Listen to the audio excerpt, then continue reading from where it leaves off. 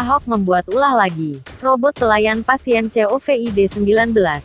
Rumah Sakit Pertamina Jaya, RSPJ, yang beroperasi mulai hari Jumat, tanggal 10 April tahun 2020, kini telah memiliki fasilitas robot untuk menangani pasien terjangkit COVID-19.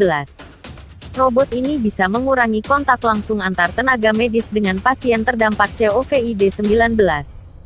Seperti diketahui bahwa para tenaga medis sudah banyak yang gugur akibat tertular COVID-19 saat kontak langsung dengan pasien.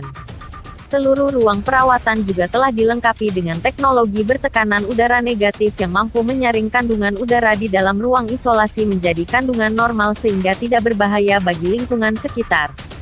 Selain itu, ruang rawat juga disiapkan laboratorium yang bisa menampung 1.300 sampel setiap harinya. Nantinya RSPJ akan fokus merawat pasien rujukan PDP COVID-19 yang memiliki gejala sedang hingga berat. Sekitar 700 tenaga medis tambahan seperti perawat khusus ICU dan dokter spesialis didatangkan untuk merawat pasien yang datang dalam kondisi berat. Terima kasih Mas Menteri Erik. Terima kasih Kokomut BTP, Ahok. Kalian memang luar biasa. Tak perlu gembar-gembor yang bisa bikin efek kejut. Tak perlu pula konferensi pers, tapi langsung kerja nyata yang itu membuat kami bergetar. Tetap semangat melawan COVID-19. Harus diakui, bahwa Ahok ini adalah pekerja keras dan pekerja cerdas. Dia ini salah satu dari sedikit pemimpin bangsa ini yang bisa dicap sebagai orang yang berfaedah. Selama ini kita melihat kerjaannya sangat baik, profesional dan maju. Visioner dan melihat ke depan. Ahok ini adalah sosok yang takut akan Tuhan dan menjalankan tugas dan tanggung jawabnya dengan sangat tekun. Baginya, segala sesuatu harus dikerjakan seperti untuk Tuhan. Semangat yang diajarkan oleh Paulus, yang mengatakan apapun juga yang kamu perbuat, perbuatlah dengan segenap hatimu seperti untuk Tuhan dan bukan untuk manusia, dijalankan oleh Ahok. Ia mengatakan bahwa semangatnya begitu diinspirasi oleh seorang pendeta tua yang sudah saya tuliskan di artikel sebelumnya. Dengan menjalankan mandat budaya di dunia kerjanya, Ahok terlihat sekali seperti sedang menamparkan banyak orang-orang yang mengklaim hamba Tuhan yang dapat menyelesaikan COVID sambil bawa-bawa kalimat, Tuhan berkata kepada saya, dan sebagainya.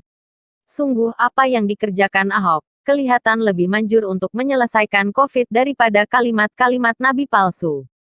Bahkan seorang pendeta Stephen Tong bisa-bisanya difitnah memecah belah gereja karena tantangannya. Bukan, ini bukan pecah belah gereja. Ini pemurnian gereja. Apa sih yang Pak Ahok kerjakan di RS Pertamina?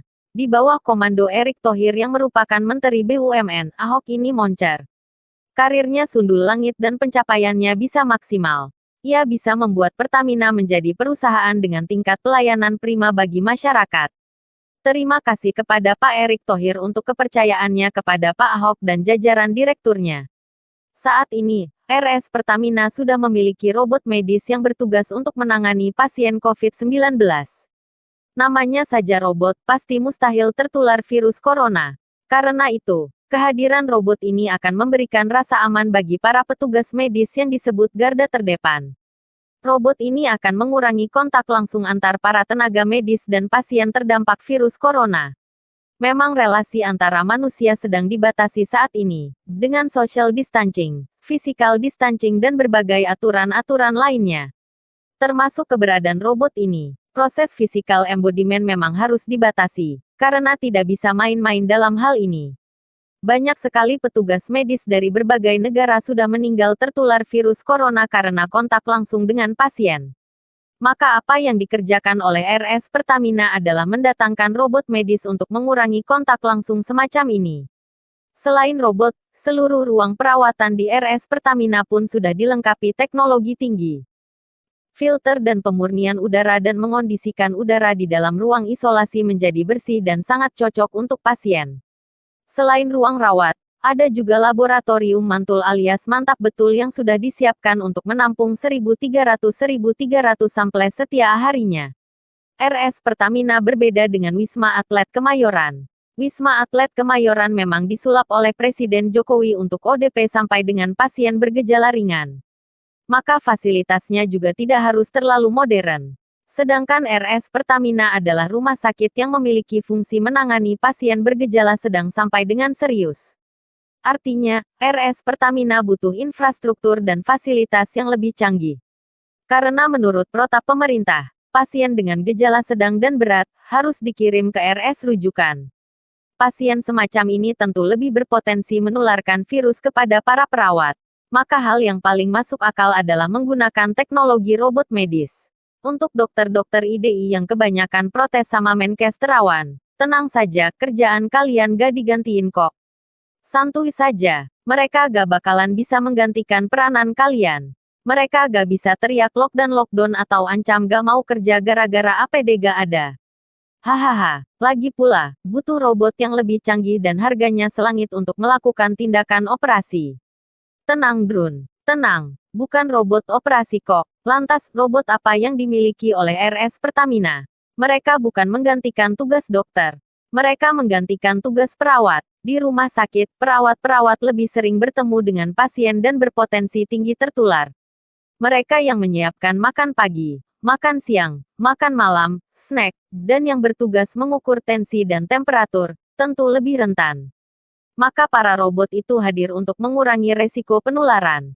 Menggantikan para perawat itu, robot itu memantau parameter dari peralatan di ruangan pasien dan mengirim informasi yang penting kepada pusat informasi, yakni para perawat dan dokter.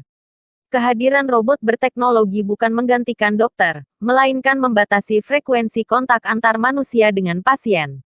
Dengan kehadiran robot, tentu akan mengurangi jauh kebutuhan APD, dan terus menggali informasi terkait pasien.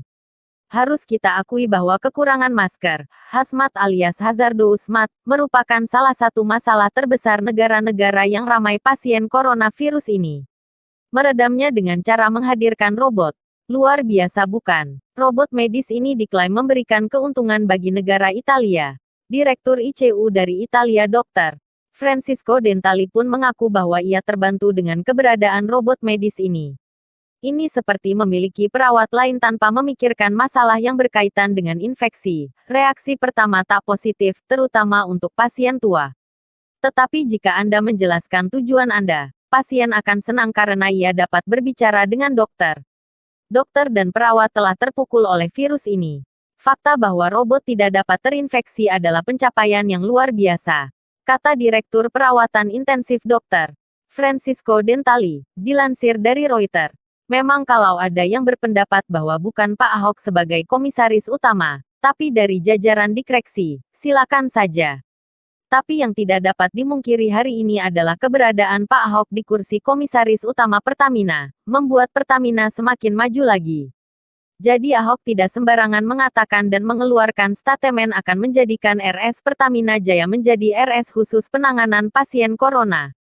Bukan hanya mempersiapkan RS Pertamina Jaya menjadi RS khusus, RS ini akan menjadi showcase bagi rumah sakit rujukan lainnya dalam profesionalitas dan kemajuan teknologi. Kalau ngaku-ngaku anak Tuhan, ya gak usah pakai nama Tuhan untuk menengking atau menendang COVID.